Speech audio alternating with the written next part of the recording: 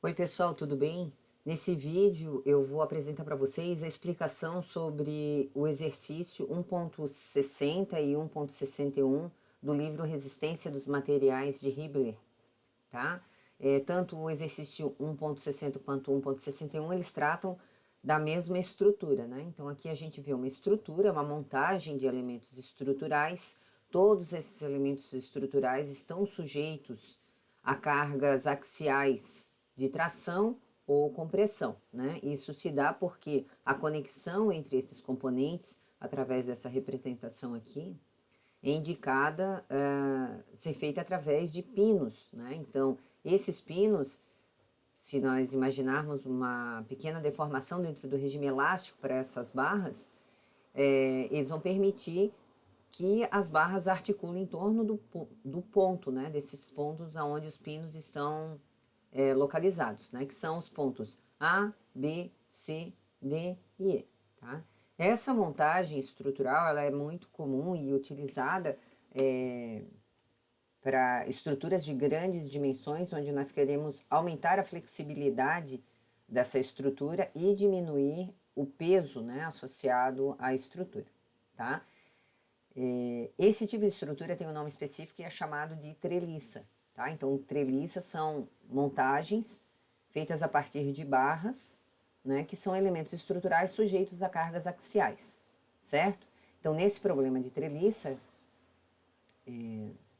no 1.60, é solicitado que nós verificamos, né, que nós façamos a verificação da solicitação mecânica atuante em cada uma dessas barras, né? Então, essas barras estão sujeitas a cargas axiais, a gente sabe disso, mas aqui a gente deve verificar se essas cargas axiais são cargas ou de tração ou de compressão, tá? O exercício 1.60 também pede para indicar, para determinar a tensão normal, média, seja ela de tração ou de compressão, em cada uma das barras, tá? Bom, se a gente vai determinar a tensão em cada uma das barras, nós precisamos determinar a força em cada uma das barras, né? Então, essa é a grande questão desse tipo de problema de treliça. Como determinar a força nos membros estruturais de uma treliça, tá? Quando nós temos treliça, nós temos a hipótese de que a conexão entre os componentes é feita através de um pino, de uma articulação, né? Então, isso vai garantir que a solicitação mecânica atuante em cada uma dessas barras seja uma solicitação axial, tá? De tração ou de compressão. Nesses casos, nós utilizamos uma estratégia para a determinação das forças internas que é conhecida como método do nó, tá? Então, se nós isolarmos um desses nós, né, seja o nó A, o B, o C, o D ou o E, nós vamos encontrar o valor das forças que atuam nesses pontos, tá certo?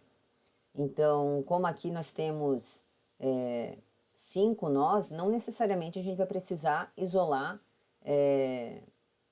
essas 5 barras, tá? O que a gente pode fazer aqui, o que a gente deve fazer é encontrar os nós que envolvem o maior número de barras e a partir da aplicação das equações de equilíbrio para cada um desses nós, né, ou desse nó em especial, eu consigo encontrar as forças atuantes nas barras, certo? Bom, uma boa estratégia aqui é a gente trabalhar com nós aonde a gente tem ao menos uma força que a gente conheça, tá? Então, dentro dessa ideia, nós temos aqui o nó A e o nó E, certo? Então, aqui, deixa eu ver aqui, círculo. Nós temos aqui o nó A e o nó E, né? Sobre esses nós, eu tenho forças que são conhecidas, né? Que são referentes à força P, né? A força P nesse problema é igual a 8 kPa. Mas um detalhe, esse exercício ele está apresentando as unidades todas no sistema inglês, tá? O americano, tá? Onde as medidas estão em polegadas, libras, né, para força. Então eu fiz a conversão aqui do lado para que a gente possa trabalhar com as unidades dentro do sistema métrico, tá? Então 1 kPa é igual a 4.448 aproximadamente, né? Newtons. Então esses 8 kPa aqui correspondem a 35,58, né, 586 kilonewtons, tá? Certo? E aqui eu coloquei também as outras unidades que a gente vai trabalhar, para que depois vocês possam fazer o cálculo tranquilamente. Aqui nessa explicação eu não vou fazer o cálculo para a gente chegar aos resultados, mas eu vou passar todo o desenvolvimento e depois vocês só precisam fazer essas continhas, tá certo? Tá bom? Então, a gente pode então começar por esse nó, o nó A. Aí tem um outro detalhe, se eu quiser calcular as reações dos apoios inicialmente, então eu já vou determinar também as forças de reação que estão atuando nesse componente, né? Aqui a gente já sabe, pelas equações de equilíbrio, que eu vou ter forças de reação, aqui eu vou ter uma força nessa direção, né? E para cá eu vou ter uma força nessa direção e nessa direção aqui, tá? Então tem essas reações, essa aqui seria uma RC, essa aqui seria uma RDX, se eu considerar o eixo X na horizontal, e aqui um RDY, se eu considerar o eixo Y na vertical, tá? Para encontrar essas reações nos apoios, eu preciso só aplicar as equações de equilíbrio nessa estrutura inteirinha, tá? Daí eu encontro essas reações. Mas aqui eu não vou determinar as reações. Eu vou trabalhar com os nós e, se for necessário, a gente determina as reações nos apoios. Tá bom? Então vamos lá. Eu vou isolar primeiro o nó A. Então vamos lá.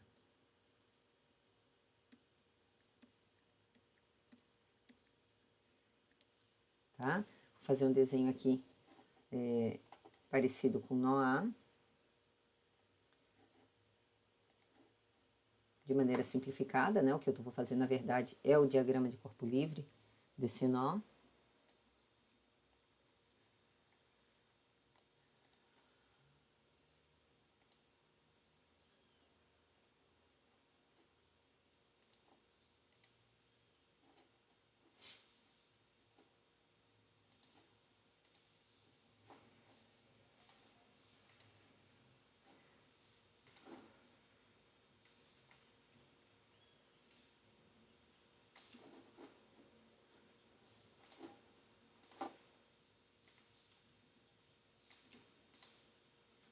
Tá? Então, vamos olhar um pouquinho mais de perto esse nó aqui. Então, aqui é o nó A, né? Aqui eu tenho um pontinho, que é o ponto A. Opa, não tá deixando eu colocar uma bolinha aqui, pronto. Tá? Então, aqui seria o ponto A.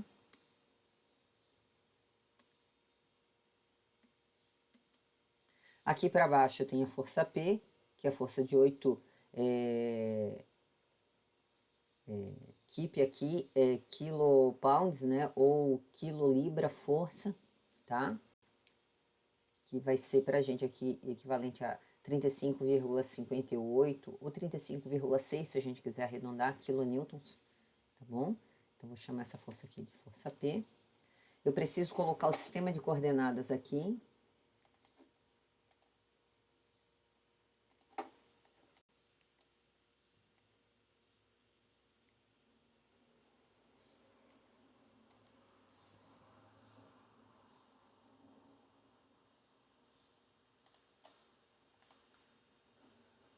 Então, eu coloquei aqui um sisteminha de coordenadas para a gente poder trabalhar com os eixos.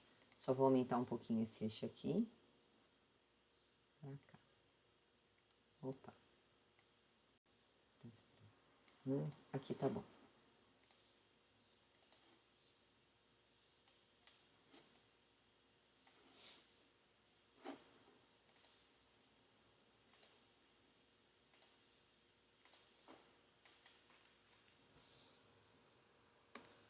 E aqui eu tenho o eixo Y e aqui eu tenho o eixo X, tá? Essa força que sai, as forças que saem aqui do ponto A são as forças das barras AB, né? Então, se a gente olhar aqui, é essa força de A para B. Então, aqui eu tenho F de AB.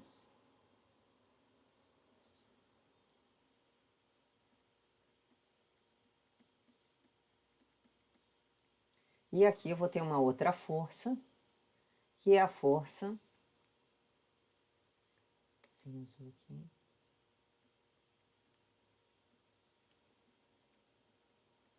Para aparecer melhor. Que é a força da barra AE. F de A, E. Certo? Bom, existe um ângulo entre essas forças aqui. Um ângulo θ, que eu vou chamar de θ. Esse ângulo pode ser determinado pelas dimensões que eu tenho aqui dessas barras na treliça, né? Então, para esse ângulo θ, olhando aqui na figura, né?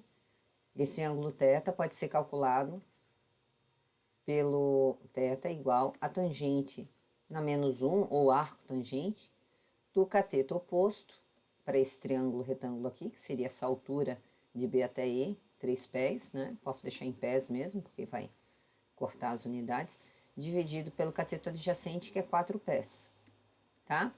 Então, daqui eu tiro o valor do ângulo θ. Vocês podem calcular depois, vai dar em graus, tá? Então, tendo esse ângulo θ, o que eu vou fazer agora é decompor essa força FAB. Essa força FAB, ela vai ter uma componente na direção de X. Vou colocar essa componente para cá. Levantar ela um pouquinho aqui, para não ficar sobrepondo. E vai ter também uma componente aqui na direção de Y. Tá? Então, essas são as componentes da força FAB. E para cá também, tá? Sendo que essa daqui vai ser o F de AB vezes o seno de θ, e essa daqui vai ser o F de AB vezes o cosseno de θ, tá? Bom, diagrama de corpo livre montado. Agora, aplicando as equações de equilíbrio nesse diagrama de corpo livre, através do método do nó, eu consigo encontrar os valores das forças FAE e FAB. E aí eu já defino, deixa eu destacar aqui, né? Qual é o carregamento e a carga, a intensidade da carga, né? Que atua na barra de A até B e na barra de A até E, tá? Então, essas duas aqui já ficam resolvidas só na análise desse nó aqui, tá bom? Então, para poder resolver isso, eu aplico aqui as equações de equilíbrio. Quando eu somar as forças em x igual a zero, para a direita positivo, eu vou ter que F de A E vai ser igual ao F de A B cosseno de θ, tá? Isso aqui é somando vetorialmente essas forças que estão na direção de x, tá? Dessa primeira equação não tenho solução porque eu não conheço nenhuma delas. Mas, se eu somar as forças na direção de y igual a zero, para cima, positivo, eu vou ter que P vai ser igual a F de AB vezes o seno de θ. E isso é muito bom, porque se eu já sei que P é igual a 35,586 newtons, né, ou 8 quilolibra-força, com essa informação eu consigo calcular o F de AB, tá? Então, aqui eu calculo que F de AB vai ser igual a força P dividido pelo seno de θ, tá? Então, vocês podem calcular isso substituindo o P pelo valor de 8 kilopounds, né? Mas coloquem em newton ou quilonewton, se quiser. E θ é o valor do ângulo θ que foi calculado. Uma vez que eu determino quem é o F de AB, eu substituo aqui nessa equação e aqui eu vou achar F de AE, certo? Então, pessoal, olha só, aqui eu já determinei duas forças em duas barras, nessa e nessa, tá? Nesses dois casos, o valor das forças aqui vai ficar positivo, tanto F de AE quanto F de AB. Isso significa que os sentidos que eu coloquei aqui no diagrama de corpo livre correspondem ao sentido da força atuante em cada uma dessas barras, tá certo? Então, se eu fizer um corte imaginário nessa barra, e isso não deixa de ser o método das seções, né? A gente fez um corte aqui nessa seção, e ficou só com o lado esquerdo. O que eu vou ver são as forças atuantes nessa barra aqui, tá? Agora, para saber se essa barra, por exemplo, a barra de A até B, se ela está sofrendo tração ou compressão, eu tenho que entender qual é o carregamento que atua sobre ela. Se é um carregamento de tração, saindo dessas extremidades, né, de A até B, ou se é de compressão, tá? Como que eu posso analisar isso? Bom, agora presta bastante atenção. Esse diagrama é o diagrama do nó, da montagem. Agora eu vou fazer um diagrama da peça isolada. A peça isolada seria somente a barra, tá? Então, vou pegar a mesma linha, né, que eu usei antes. Vou pegar aqui essa maiorzinha e eu vou fazer um desenho aqui embaixo, ó.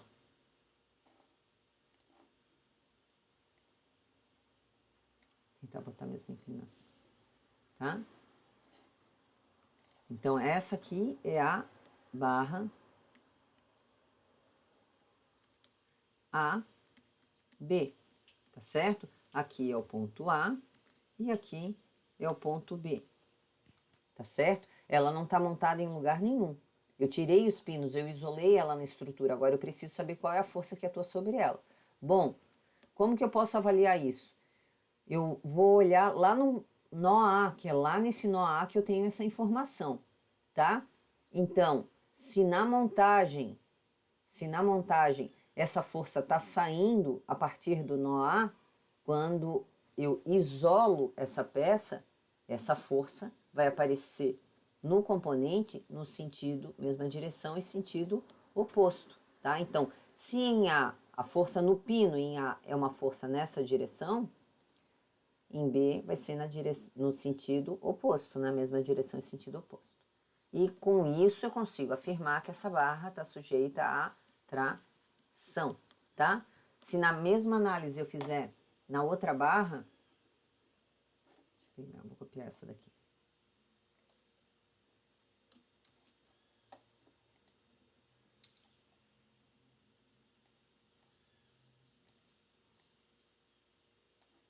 Agora, essa barra aqui é a barra de A até E, a barra A, E, né? Então, eu vou olhar lá no diagrama onde eu tenho a montagem, a força AE está apontando para o pino, então a força lá no pino é empurrando a barra, é contrária, né? Então, aqui a força é para cá e aqui a força é para cá. Com isso, eu posso afirmar que essa barra, a barra AE, está sujeita a compressão, certo? Bom, sabendo disso, eu já resolvi o problema para as duas barras. Já determinei qual é o valor da força em cada uma dessas barras, da barra AB e da barra AE, certo? E já sei, a partir da análise do diagrama de corpo livre, se essas barras são sujeitas a tração ou compressão. Agora, o que eu tenho que fazer é partir para outras barras. Para onde que eu posso ir aqui, né? Eu tenho que lembrar que, para o plano, eu vou ter 3 equações de equilíbrio, né? Somatório das forças em cada uma das direções igual a zero, somatório dos momentos em torno de um ponto igual a zero. Só que aqui a gente não está considerando o momento, se eu usar o método dos nós. Quando eu uso o método dos nós, eu vou ficar só com essas 2 equações de equilíbrio aqui, que a gente usou para resolver aqui esse problema, tá? Eu uso essas 2 equações de equilíbrio, são os equilíbrios em relação à translação x e y, tá? Bom, eu tenho as 2 equações, então, num diagrama desse de corpo livre, se eu quiser resolver, eu vou ter que ter no máximo 2 forças que eu não conheço. Se eu tiver mais do que 2 forças que eu não conheço, naquele nó eu não consigo encontrar a solução. Então, vamos dar uma olhadinha nos outros nós. Lembra que agora, além da força P, eu também conheço a força de A até B e da força de A até E, tá? Então, se eu for analisar o nó E, como aparece aqui, nesse nó E, eu já sei que essa força dessa barra que eu destaquei aqui em azul já é conhecida.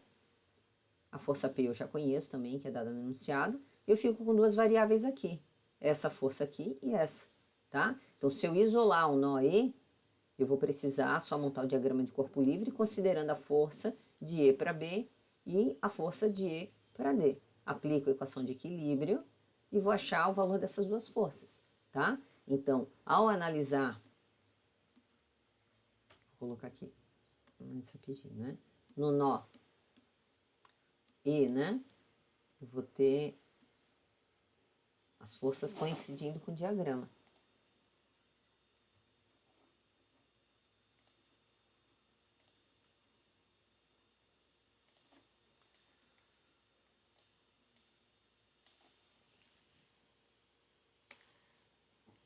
No nó E, então, eu vou ter uma barra para cá, outra para cá, e outra para cá, outra para cá. E aqui eu tenho o nó E, certo? Opa, aqui para baixo não tem, né? Não tem barra aqui embaixo. Só tem barra aqui em cima. Tá? E aqui eu vou ter a força P, né? 0,75 de P. Vezes P. Aqui eu vou ter a força F de ED, e aqui para cima eu vou ter a força de F de EB. Então, essa daqui eu não sei e essa aqui eu não sei ainda, tá? E aqui para a esquerda, então, eu vou ter o valor dessa força que já foi calculada, que é o F de AE ou EA, tanto faz, tá? É a mesma força, a mesma magnitude. Tá? Então, aqui é a mesma coisa. Aplicando essas duas equações de equilíbrio aqui, agora no nó E, né? Aqui eu tenho o nó E. E eu vou encontrar, então, as forças FEB e FED. Vou destacar aqui, ó. FED e FEB. Tá? Faço a mesma coisa que eu fiz para o nó A, avalio, né, isoladamente na barra e verifico se a barra está sujeita a tração ou compressão, e eu posso partir para um outro nó. Bom, olha só, se eu não quiser calcular as forças de reação no apoio, então o nó que eu posso usar, depois uma terceira etapa aqui de análise, seria o nó B. Porque aqui no nó B vão aparecer uma força para cá e uma força para cá, que eu consigo resolver com essas equações de equilíbrio, considerando que a força que está em azul e em rosinha aqui já são conhecidas, tá? Mas se alguém pensar assim, professora, eu não poderia usar o nó C e o nó D? Poderia também. Mas se usar esses nós, tem que lembrar que aqui tem forças de reação.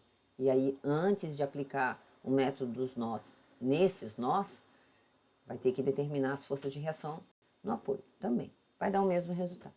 Tá certo, pessoal? Bom, eu espero que eu tenha ajudado, né, na compreensão do exercício. E gostaria muito que vocês concluíssem esse exercício e determinassem, então, as forças desses nós. A partir da determinação da força, o que os exercícios estão pedindo é algo bastante simples, né? A partir da força, determina a tensão de tração ou de compressão. Tensão é força sobre área, ele fornece a área lá no exercício 1.61. Então, se você já tem o valor da força, vocês vão conseguir calcular a tensão naquele ponto. Tá bom? Então, era isso. Se tiverem mais alguma dúvida, é só pedir. E eu passo para vocês aqui os comentários. Tá bom? Um abraço para todos e até mais.